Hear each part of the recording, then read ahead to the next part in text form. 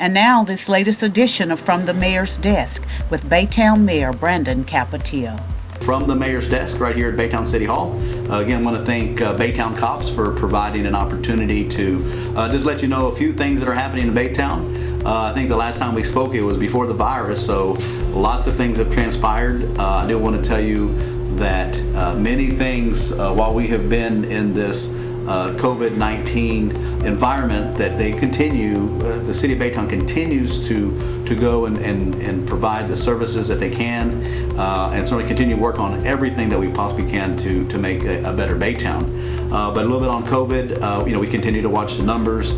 I will tell you from the numbers I've seen just a while ago, there is plenty of beds available for COVID patients. We are not at capacity. I think ICU beds is about at 50%. Dedicated beds for COVID patients is still available here as a region to the Texas Medical Center. General bed usage, there's still plenty of capacity. I think the numbers I saw were just under even 30% as far as beds available for general patients. So the numbers, we've all kind of played the numbers game, I guess, when it comes to what's presented to us the past few months. But I want to reassure you that our local hospital and obviously the Texas Medical Center is very well prepared to treat COVID patients. They've done a very good job, and that there is capacity.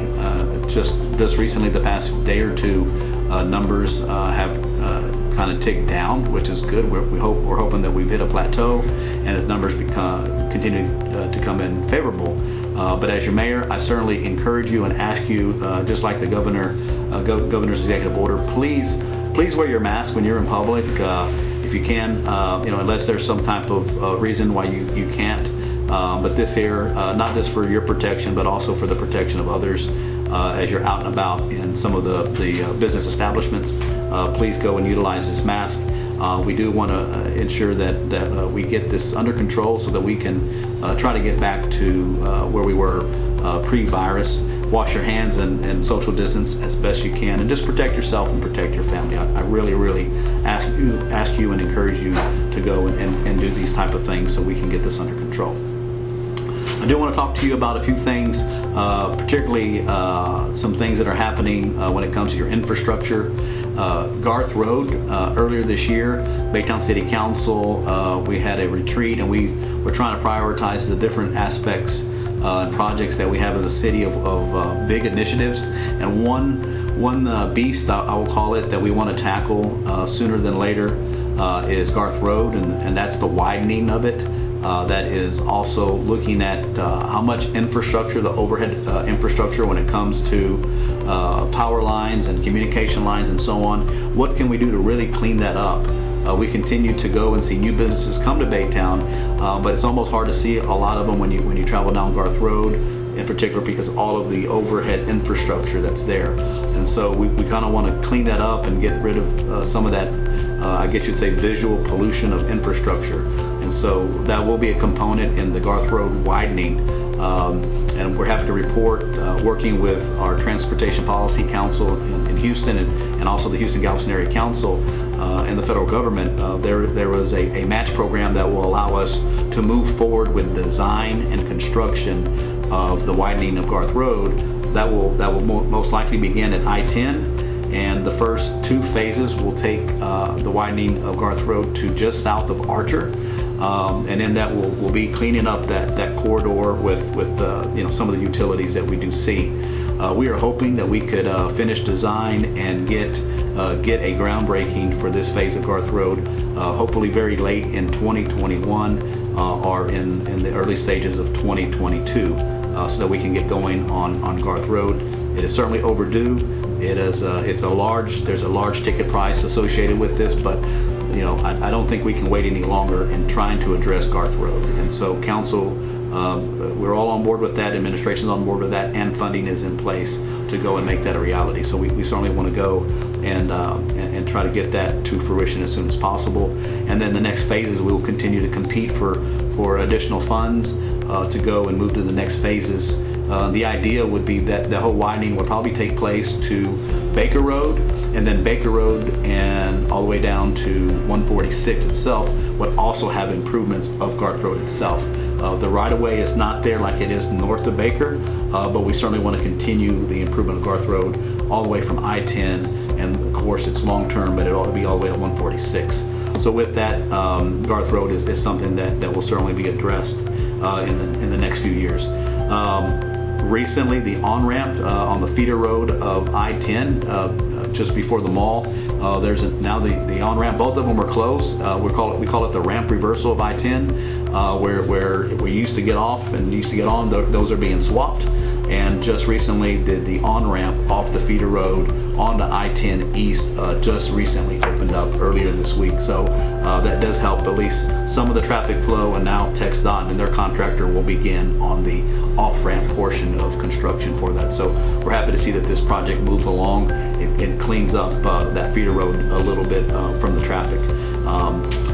Speaking of that, when I mention about making a better Baytown and addressing a lot of infrastructure, I want to introduce you to this logo here. I'm not sure if you can see it well, but this is the Better Baytown logo. And this logo, I really hope that you see this all around our city. This you will see in some form or fashion when the city is going, and if we're addressing, it could be a road, it could be a commercial roadway, it could be a residential roadway in your neighborhood, it could be a sidewalk, it could be a park improvement, anything that falls within making a better Baytown, a better community. You will see this logo. That is your tax dollars at work in improving our infrastructure, improving our programs, improving our quality of life. So that's what we wanted you to be able to identify with something rather than just our regular city logo. This is kind of just a way to know that we are always working on something to improve Baytown. So the next thing is a few fun things, I guess. In this whole COVID environment, people are getting out, families are getting out, individuals are getting out, I'm getting out, riding a bike, jogging. I see the parks are being utilized, and always try to practice social distancing and good safety protocols. But Malta Marina, the mayor's Malta Marina ride, we've had two of those, one in May and then one recently on July 4th. We called it the Freedom Ride, and we continue to have probably about 75 riders on bikes, and we ride about 9 miles from the mall to the marina. We do have connectivity in that. Then if you want to ride back for an additional 9 miles, you can ride a round trip, 18 total miles, Malta Marina. We even have, you'll see some directional signs, as you can see, we put out there, the Malta Marina. And so I certainly encourage you to go be active if you can. Find something that gets you out and about. It is hard to find a bike right now. It's hard to find bike parts and tubes in Baytown because people are getting out. They're enjoying our parks. They're enjoying our trails, and so we're very proud of that. And so I encourage you to continue doing a lot of those things. Particularly in Jenkins Park, we're proud. There were some areas that we wanted to go and enhance our safety out there, security in Jenkins Park and all our parks. And so there's some solar lighting that was put in place. There will be some cameras that will be put in place also. And then you'll see some future improvements in a sense at Jenkins Park and some of our other parks. But you also should be able to see, sometimes you will see marked Baytown PD vehicles out in our parks that will be going and looking and making sure everything is safe out there. And sometimes they may not be in a marked vehicle, but there is certainly increased I guess you would say policing and patrolling of our parks. So I would encourage you to do that as best you can at any of our local parks. A few other things I want to touch on, and particularly right now, council in our budget. We have a budget. We just went through our first budget work session. We'll have an additional budget work session, and then eventually we will go and we will approve and vote on a budget. This one here, I'm proud to say, one is this will be the third year in a row that we do offer some type of tax reduction in a sense.